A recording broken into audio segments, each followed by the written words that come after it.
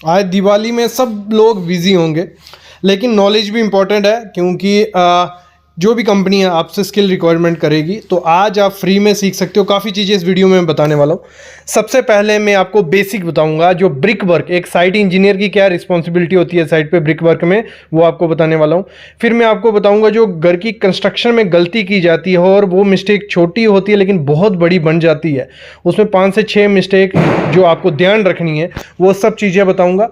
फिर मैं आपको बताने वाला हूं जो ब्रिक की क्वांटिटी आपको निकालनी है, कैसे आप क्वांटिटी निकालोगे वो भी इस वीडियो में सीखोगे।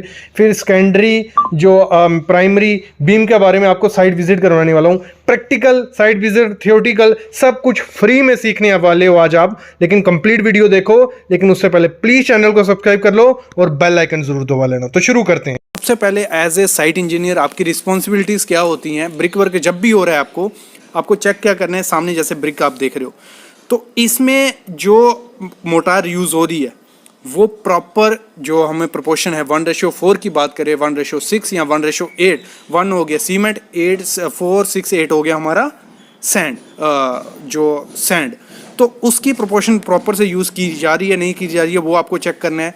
आपकी जो मोटार यूज़ की जा रही है वो 30 मिनट के अंदर कंज्यूम की जा रही है नहीं की जा रही है वो आपको चेक करना है। और प्रॉपर प्रोपोर्शन, मतलब 1:4 का ही माल बन रहा है कि नहीं, उसका जो बॉक्स रहता है वो आगे मैं दिखाऊंगा कैसा बॉक्स होता है, किससे हम मेजर करते हैं, वो प्रॉपर से यूज़ किया जा रहा है नहीं किया जा रहा है वो भी आपको चेक करना ही है। फिर हम बात करते हैं जो आप ब्रिक यूज़ कर रहे हो वो प्रॉपर ग्रेड की होनी चाहिए, क्लास ए बी सी, कौन सी यूज़ कर रहे हो उसका टेस्ट होना चाहिए, टेस्ट सर्टिफिकेट आपका कि उसकी स्ट्रेंथ आ रही है बराबर 7 से 8 kg/cm² की नहीं आ रही है वो भी चेक करना है। फिर जैसे ही आपका ब्रिक वर्क हो जाए आप प्रॉपर से उसकी क्यूरिंग कर रहे हो नहीं कर रहे हो। देखो क्यूरिंग आपको 7 से 10 दिन उसकी करनी ही करनी है मिनिमम। अगर आप 1:4 का माल कर रहे हो तो आपको 10 दिन आपकी क्यूरिंग उसकी करनी है। टेम्परेचर भले मतलब 5 डिग्री से कम होगा तो आपको क्यूरिंग में काफ़ी गैप दे सकते हो, सुबह और शाम को करो। बाकी 5 डिग्री से अबव 40 डिग्री तक आपका रहता है तो आपको प्रॉपर क्यूरिंग करनी ही करनी है। जैसे मैंने कहा था कि मेजरिंग बॉक्स, तो सामने आप देख रहे हो ये मेजरिंग बॉक्स रहता है, इसकी हेल्प से हम रेशियो डिसाइड करते हैं। अगर इसको भर के हमने एक सीमेंट डाला तो इस रेशियो का हमें उतनी सैंड डालनी है और सैंड की क्वालिटी हमेशा अच्छी होनी चाहिए, फाइन सैंड होनी चाहिए, उसमें सिल्ट अवेलेबल नहीं होनी चाहिए। फिर आगे हम बढ़ते हैं, अगली जो बात आपको मैं बताने वाला हूँ आपको क्या चेक करना है। जहाँ भी आपकी ब्रिक वर्क चल रहा है वहाँ आपको चेक करना है कि जो बॉन्ड मेंशन की है ड्राइंग में कि फ्लेमिश बॉन्ड है जहाँ इंग्लिश बॉन्ड है, उस बॉन्ड के हिसाब से काम किया जा रहा है कि नहीं। फ्लेमिश बॉन्ड क्या होगी, फ्लेमिश बॉन्ड होगी जैसे आप सामने देख रहे हो, एक हमारा स्ट्रेचर डालेंगे एक हेडर डालेंगे वो होगी फ्लेमिश, और इंग्लिश बॉन्ड होगी हमारी पूरा एक लेयर हेडर की डालेंगे, दूसरी स्ट्रेचर की डालेंगे, फिर हेडर की डालेंगे, फिर स्ट्रेचर की डालेंगे, वो हो गई हमारी इंग्लिश बॉन्ड। इसको आपको ये चेक करना है। नेक्स्ट चीज़ जो आपको चेक करनी है वो क्या करनी है कि आपकी जो ब्रिक है उसमें अच्छे से रैकिंग की गई है नहीं की गई है। जैसे ये जॉइंट आप देख रहे हो ये प्रॉपर से जॉइंट इसमें होना चाहिए कि फ्यूचर में जब प्लास्टर करे तो प्लास्टर निकले नहीं। मतलब इसमें 10 mm आपका माल आना ही चाहिए और अंदर खड्डा कितना होना चाहिए, 15 mm आपका खड्डा होना चाहिए कि बाद में फ्यूचर में अगर हम इस पर प्लास्टर करें तो प्रॉपर से इस पर प्लास्टर चढ़ जाए। ये चीज़ आपको एज ए साइट इंजीनियर ध्यान देनी है जब भी आप काम करवाओ। नेक्स्ट चीज़ जो आपको ध्यान देनी है, जब भी 9 इंच या 5 इंच की वॉल करवाओ आप, तो ये सामने आप 9 इंच की वॉल देख रहे हो, यहाँ पे आपको बैंड प्रोवाइड करना ही करना है। कंक्रीट का बैंड हम जिसे बोलते हैं, एक बीम बोलो, छोटा सा बीम 4 इंच की इसकी डेप्थ रहती है और इसमें 8 से लेके 10 mm का सरिया हमें प्रोवाइड करना होता है। 2 सरिया प्रोवाइड करना है कि क्रैक्स नहीं आए, बाकी सरिया का इसमें कोई ज़्यादा काम वर्क नहीं रहेगा। तो ये इसलिए प्रोवाइड किए जाते हैं कि फ्यूचर में सेटलमेंट हो तो वो दीवार पे क्रैक्स ना दिखे, इसलिए हम हर 1500 mm पे हमें बैंड प्रोवाइड करना ही करना होता है। और जो हमारी 9 इंच की वॉल है उसमें हमें 2400 पे लिंटल प्रोवाइड करना ही करना है। ये चीज़ भी आपको ध्यान देना है। जहाँ विंडो हो आपकी, जहाँ आपका डोर हो, वहाँ पे आपको लिंटल प्रोवाइड करना ही करना है और उसमें प्रॉपर ग्रेड आपको M25 से M30 ग्रेड यूज़ करना है और उसको अच्छे से क्यूरिंग करनी है जब भी आप उसको प्रोवाइड करो। एज ए साइट इंजीनियर आपकी ये रिस्पॉन्सिबिलिटी रहती है। नेक्स्ट चीज़ जो आपको ध्यान देनी है, जहां आप ये पाइपिंग प्रोवाइड करते हो, पाइपिंग को आपको इस हिसाब से प्रोवाइड करना है कि आपका बीम का सरिया नहीं कटना चाहिए और अंदर उसकी प्रॉपर डेप्थ होनी चाहिए। बाद में अगर आप उस पर प्लास्टर चढ़ाओ तो उसमें क्रैक नहीं है। अगर प्रॉपर डेप्थ नहीं हुई तो उसमें क्रैक आने के चांसेस काफ़ी ज़्यादा हो जाते हैं। ये चीज़ आपको ध्यान देनी है हमेशा जब भी आप ये करवाओ। और जो आप ब्रिक वर्क यूज़ करो मतलब जुड़ाई के लिए, ब्रिक वर्क के लिए, तो वो प्रॉपर उसकी क्यूरिंग होनी चाहिए। ऐसे तो पॉसिबल, ऐसे तो करना होता है कि 24 घंटे हमें उसे पानी में डुबा के रखना होता है, लेकिन वो पॉसिबिलिटी नहीं होती है। लेकिन जब भी आप ब्रिक वर्क स्टार्ट करने से पहले, यूज़ करने से पहले उसको 2 से 3 घंटा अच्छे से पानी मारते रहो कि वो प्रॉपर से पानी सोख ले। अगर वो प्रॉपर से पानी नहीं सोखेगी, क्या होगा, जब आप ब्रिक वर्क करोगे, जो मोटार होगी, मोटार में से वो पानी खींच लेगी और आपकी मोटार वीक पड़ जाएगी, क्रैक उसमें आ जाएगी। तो ये चीज़ आपको ध्यान देनी है। और सामने जैसे आप मोटार देख रहे हो, इसका इनिशियल सेटिंग टाइम 30 मिनट होता है और फाइनल सेटिंग टाइम 10 आवर इसके होते हैं। ये चीज़ भी आपको एज ए सिविल इंजीनियर ध्यान रखनी है। फिर नेक्स्ट चीज़, जैसे मैंने क्यूरिंग की बात कर ली, हमारा सब चीज़ों का क्लियर हो गया। अब हम बढ़ते हैं क्रैक की तरफ। आपने ब्रिक वर्क जॉइंट्स में क्रैक्स देखे ही होते हैं, तो उसका क्या रीज़न होता है, उससे हम कैसे निजात पा सकते हैं, कैसे बच सकते हैं, वो मैं आपको दिखा देता हूँ। मैं आपको दिखाता हूँ सामने। पहले जो क्रैक होता है हमारा, कॉलम और ब्रिक वर्क में क्रैक कैसे आता है। ये तो यहाँ सामने बॉन्ड देख रहे हो, दोनों में बॉन्ड है। तो इसमें क्रैक्स ना आए इसलिए आपको क्या करनी है, एक तो आपको इनमें प्रॉपर से जब जॉइंट बनाओ, हाकिंग कर लेनी है। हाकिंग क्या होती है वो मैं आपको आगे दिखाता हूँ। मतलब जब भी आप दोनों में वर्क करने जा रहे हो तो जॉइंट प्रॉपर से होना चाहिए। नहीं जॉइंट हुआ तो उसमें क्रैक्स आ जाते हैं। लेकिन इससे जब भी आप ऐसे में कंक्रीट में करो, उसमें आपको हाकिंग या टाचा कर लेना है। जैसे आप देख रहे हो, खड्डे खड्डे डाल देने हैं बीम में। इस पर प्लास्टर के टाइम भी काम आएगा। जब आप बाउंड बनाओगे ब्रिक का इसके साथ, तो इसमें पहले स्लरी मार दोगे, उसमें कट वगैरह मार दोगे, रफ सरफेस कर दोगे, फिर ब्रिक वर्क करोगे आप, तो इसमें आपको क्रैक देखने को नहीं मिलेगा। और इससे और अच्छे से हम कैसे कर सकते हैं, और अच्छे से हम करेंगे, इसमें जो वायर मैश रहती है, मुर्गा जाली रहती है, जो आपको मैं सामने देख रहे हो आप, ये आपको जॉइंट्स पे लगा देनी है। जहाँ भी जॉइंट्स हो, पाइप्स के जॉइंट्स हो, जहाँ पाइप्स, कंडक्टिव पाइप्स ही उनके ऊपर ये लगाया गया है। तो और जॉइंट्स जहाँ भी दो ब्रिक वर्क और कंक्रीट जुड़ता है, वहाँ पे आपको वायर मैश लगा देनी है और उसको अच्छे से प्लास्टर कर देना है। नेक्स्ट चीज़ आपको देखनी है, जब भी आप ब्रिक वर्क आधा छोड़ो, यहाँ फ्यूचर में काम होने वाला है, तो आपको अल्टरनेट रखनी है। जैसे आप सामने देख रहे हो कि बाद में इसमें जब हम ब्रिक वर्क करें तो इसमें प्रॉपर जॉइंट बने नहीं, प्रॉपर जॉइंट नहीं बनेगा तो वहाँ क्रैक्स क्रिएट हो जाएंगे। एक इस टाइप का रहता है, एक इस टाइप का रहता है कि जहाँ बन चुका है और अंदर जो उसकी पार्टीशन वॉल आने वाली है, तो उसका ब्रिक हम अंदर ऐसे घुसा सकें कि प्रॉपर से उसकी बॉन्ड बन जाए। और इसमें भी आपको प्रॉपर से जब आप ब्रिक प्लास्टर करोगे तो आपको यहाँ भी वायर मैश यूज़ करनी है। तो ये था आज का वीडियो हमारा ब्रिक वर्क पे एज ए साइट इंजीनियर आपको क्या चेक करनी है। बाकी बेसिक डिटेल तो है ही है कि आपको ड्राइंग के हिसाब से काम करवाना है कि ड्राइंग जो मेंशन किया वैसे दीवारें जा रही हैं। जहाँ 9 इंच की वॉल है वहाँ 9 इंच की आ रही है, जहाँ 4 इंच की है वहाँ 4 इंच की आ रही है। ये चीज़ तो आपको देखनी है। बाकी प्लम बॉब जो बेसिक डिटेल है, आपको वर्टिकलिटी चेक कर देनी है कि प्रॉपर सीधी दीवार जा रही है नहीं जा रही है, और उसकी अलाइनमेंट चेक करनी है, सीधी दीवार जा रही नहीं जा रही है, उसकी डोरी मार के चेक करनी है। तो ये तो बेसिक डिटेल आपको एज ए सिविल इंजीनियर तो पता ही होंगी। जो बेसिक मेन चीज़ें थी वो मैं आपको पहले मेंशन कर दी। ऐसी कंस्ट्रक्शन करवाओगे तो ज़रूर आपके घर में भी ऐसा ही होगा। तो क्या गलती हुई है यहाँ पे कि ये पूरी स्लैब नीचे गिर गई, या क्या चीजें हुई हैं कि ये नीचे कंक्रीट गिर रहा है, को 5 चीजें ऐसी मैं बताऊंगा। अगर आप ये 5 चीजें इस चीज में ध्यान रखोगे तो आपके घर में ऐसा कभी देखने को नहीं मिलेगा कि आपकी छत में से कंक्रीट नीचे गिर जाए। तो ये काफी बड़ी मिस्टेक है, गलती तो हुई है। किससे गलती हुई है, ये घर का ओनर जाने, क्योंकि क्या पता उसने सुपरविजन की है कंस्ट्रक्शन के टाइम, या किसी कॉन्ट्रैक्टर को काम दे दिया है देखा नहीं है, या किसी कंपनी को काम दिया है देखा नहीं है, या खुद काम करवाया देखा नहीं है। तो ये मेन तो सुपरविजन की गलती है कि अच्छे से यूज नहीं किया। बाकी मैंने देखा है लोगों को काफ़ी नॉलेज भी नहीं होता है कंस्ट्रक्शन का, तो ये गड़बड़ हो सकती है। लेकिन 5 चीज़ें, ये चीज़ें आपको ध्यान रखनी है, तो आपके घर में ऐसा कभी नहीं होगा। तो स्टार्ट करते हैं। सबसे पहली मोस्ट इंपॉर्टेंट चीज़, ये रीज़न क्या हो सकता है। इधर रीज़न देखने को मिल रहा है कवर ब्लॉक। मतलब इसमें अगर बाई चांस जो मैश यूज़ की गई है, जो कंक्रीट जब स्लैब कास्ट की गई होगी, तो इसमें जो सरिया प्रोवाइड किया होगा वो सिंगल जाली होगा, देखने से ही लग रहा है। और उस दौरान क्या हुआ होगा, जब कंक्रीट किया गया होगा तो होता क्या कंक्रीट जल्दी नीचे जाली के नीचे घुसने की कोशिश करता है और जाली थोड़ी ऊपर हो सकती है। अगर प्रॉपर से उसको कहीं एंकरेज नहीं दी है, या कहीं बांध के नहीं रखा है जहाँ, तो वो कंक्रीट नीचे घुसता है। और मेरे को लगता है जाली ऊपर रह गई थी, जो स्टील था, और कंक्रीट नीचे था, और वो डेड लोड से ही नीचे गिर गया है। ये भी एक काज हो सकता है। ये मैं आपको काज बता रहा हूँ, क्या रीजन हो सकता है, आपको क्या ध्यान देना है वो भी मैं आपको बताऊंगा। तो ये रीजन हो सकता है। दूसरा, प्रॉपर कवर ब्लॉक नहीं प्रोवाइड किया, तो वो भी कवर ब्लॉक क्या हो गया, हम क्या करते हैं जगह बचाते हैं कि सरिये और कंक्रीट में जगह रहे, मतलब सरिया हमारा कंक्रीट के बीच में रहे। एक वो भी रीज़न हो सकता है। दूसरा रीज़न ऐसे देखने तो नहीं लग रहा है कि ये प्लास्टर गिरा होगा, लेकिन मोस्टली देखा गया है इसकी सीलिंग को ज़्यादा प्लास्टर जब कर दिया जाता है, मैंने कई कई जगह ऐसे भी देखा है 3 से 4 इंच प्लास्टर भी चढ़ाया जाता है कि प्रॉपर एक लेवल में दिखे, कि क्लाइंट को हम दिखा सकें हमने अच्छा काम किया, तब क्लाइंट प्रेजेंट नहीं होगा तो उसकी चोरी छुप के कर दिया जाता है। लेकिन बाद में क्या होता है, कुछ टाइम बाद वो बॉन्ड छूटती है और वो प्लास्टर ही पूरा नीचे गिर जाता है, तो वो केस भी हो सकता है। लेकिन वो ये यहाँ कंक्रीट गिरा है, तो अगला पॉसिबल रीजन ये है, इधर कैसे कंक्रीट गिरा होगा, जो हमारा स्टील उसमें यूज किया गया वो उसमें रस्ट या क्रोजन हो सकती है कि जो कंक्रीट था उसने प्रॉपर बॉन्ड उसके साथ नहीं बनाई और कुछ टाइम बाद रस्ट ज्यादा बढ़ी और वो जो कंक्रीट था वो पूरा का पूरा पीस नीचे गिर गया। ये भी हो सकता है कि आपको रस्टेड स्टील कभी यूज नहीं करना है।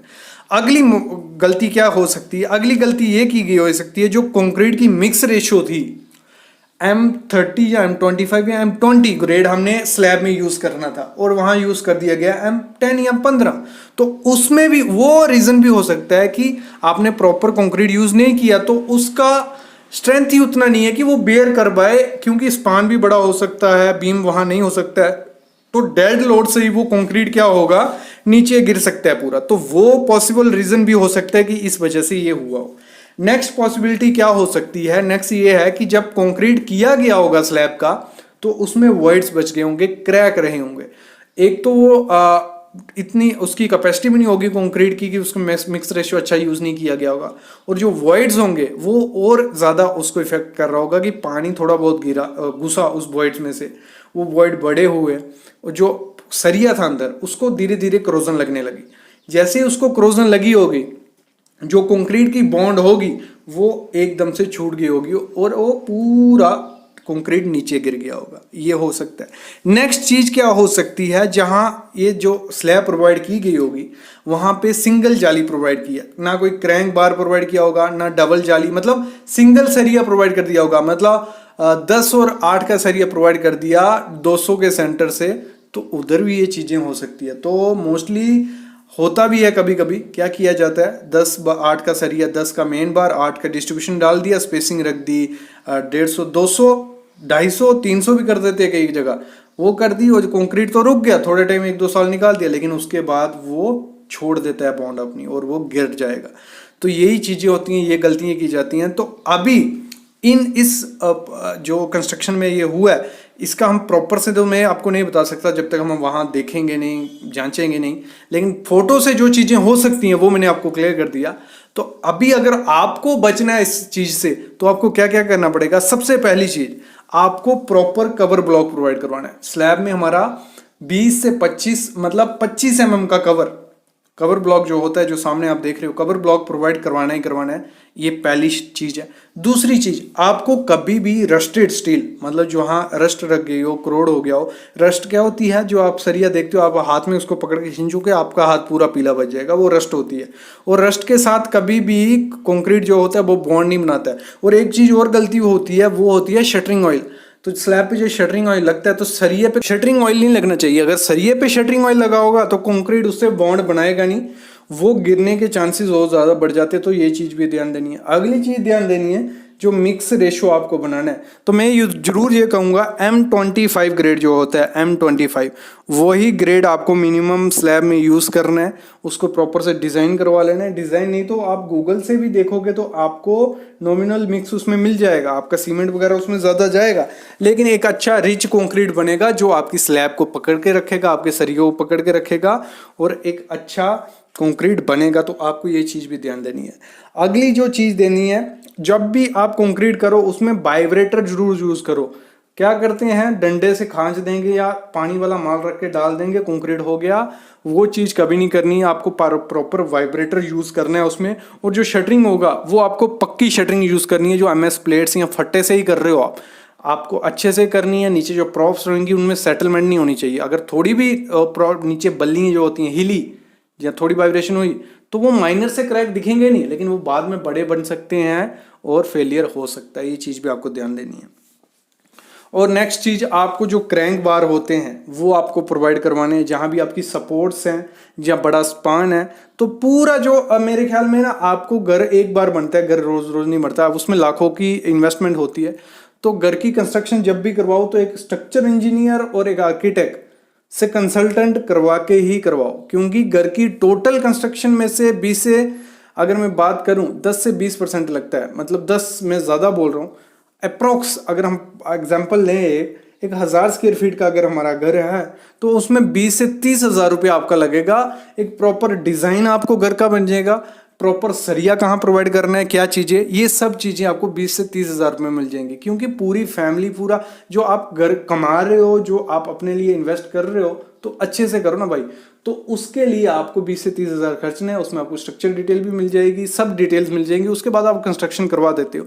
और मोस्ट इंपॉर्टेंट चीज़, जब भी आप घर की कंस्ट्रक्शन करवाओ एक चीज़ जरूर ध्यान देना, जिसको भी कंस्ट्रक्शन दो आप फुल मटेरियल का कॉन्ट्रैक्टर को दे दो, कंपनी को दे दो, किसी को भी दे दो, लेकिन उसमें सुपरविजन फुल रखनी है। सुपरविजन अगर नहीं रखी, क्वालिटी अगर घर के मटेरियल में अच्छी नहीं हुई, काम अच्छा नहीं हुआ, तो ये गलतियां आपको अगेन देखने को मिलेंगी। क्योंकि आज मैं आपको बताऊंगा कि कैसे आप अपने घर की ब्रिक की क्वांटिटी निकाल सकते हो इस वीडियो को देखने के बाद। इतने से छोटे से पेज में मैंने क्वांटिटी निकाल ली, आपके पास तो बड़ा पेज भी होगा।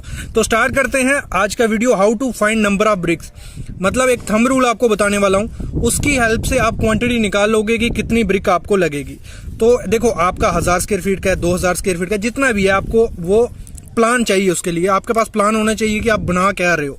तो हम एक एग्जांपल लेते हैं कि हमारी एक जगह है, 50 फीट वो लंबी है और 20 फीट वो ऐसी है, मतलब टोटल हमारी 1000 स्क्वायर फीट वो जगह है।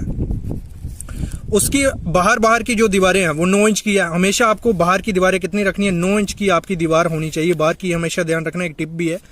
तो ये हो गई। फिर उसमें आपको क्या करना है, आपके जो अंदर की दीवारें होंगी वो कितनी है, हम रख लेते हैं कि हमारी 5 इंच की दीवारें है। ये 8 फुट इधर है, 7 फुट इधर निकली है, 10 फुट ये है और 10 फुट ये है। जो नीचे मैंने पहले स्टार्टिंग में आपको वीडियो दिखाई, स्टार्ट जो वीडियो की थी, उसी की एग्जांपल मैंने ले ली है। बाहर की आगे हमारी 9 इंच की, अंदर की ये आगे। अभी क्या करना है आपको, जो 9 इंच की दीवार है आपकी, वो आपको काउंट कर लेनी है कितनी लंबी दीवार है। मतलब हमारी ये 50 फुट ऐसे है, 20 फुट ऐसे है, फिर 50 ऐसे है, 20 ऐसे है। आपके प्लान में जैसे भी दिखाया होगी कि आपकी कितनी लंबी दीवार है, मतलब बीच में कहीं जगह दरवाजा होगा, यहाँ पे विंडो होगा, वो आपको माइनस कर लेना है। मतलब दरवाजा विंडो नहीं लेना, यहाँ से यहाँ आपको मापी कर लेनी है। हमने ले लिया 50 ऐसी है, 20 ऐसे है, 50 ऐसे, 20 ऐसे, ये हो गया हमारा टोटल। तो इनको टोटल किया तो हमारा आया 140 फीट लंबी हमारी आ गई।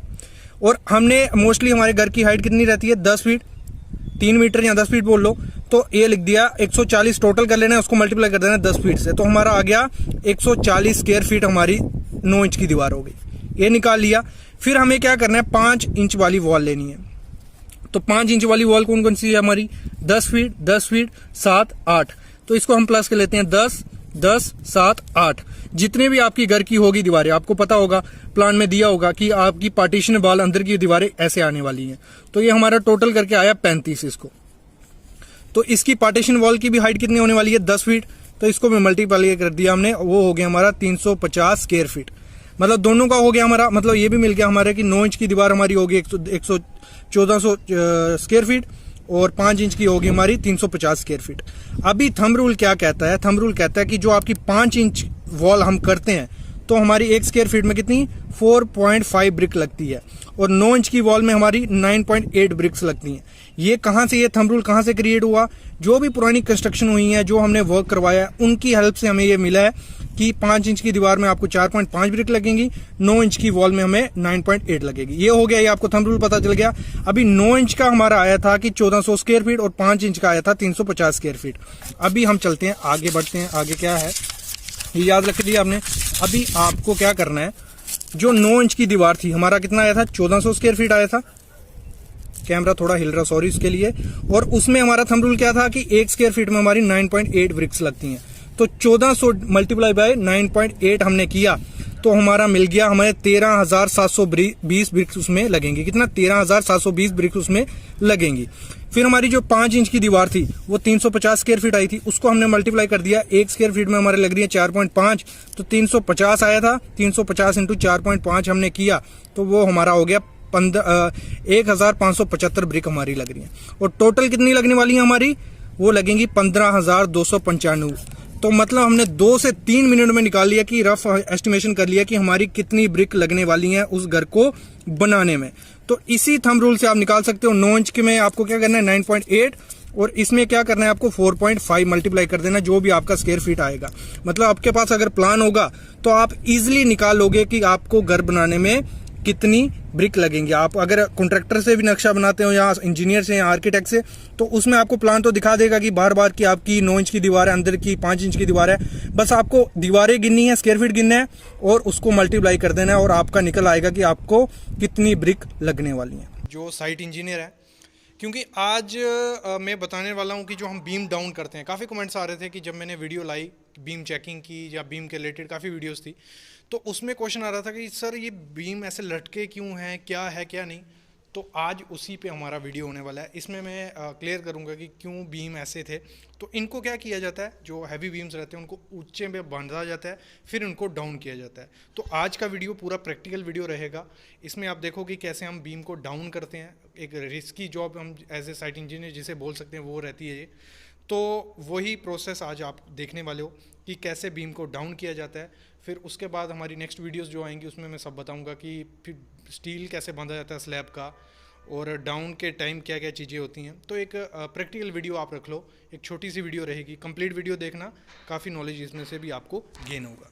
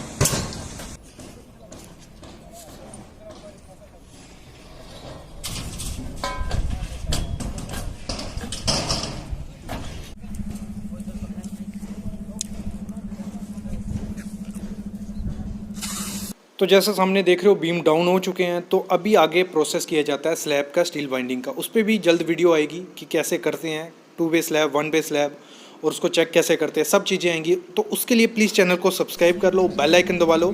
ऐसी प्रैक्टिकल वीडियोस आपको इस चैनल पे डेली मिलती रहेंगी।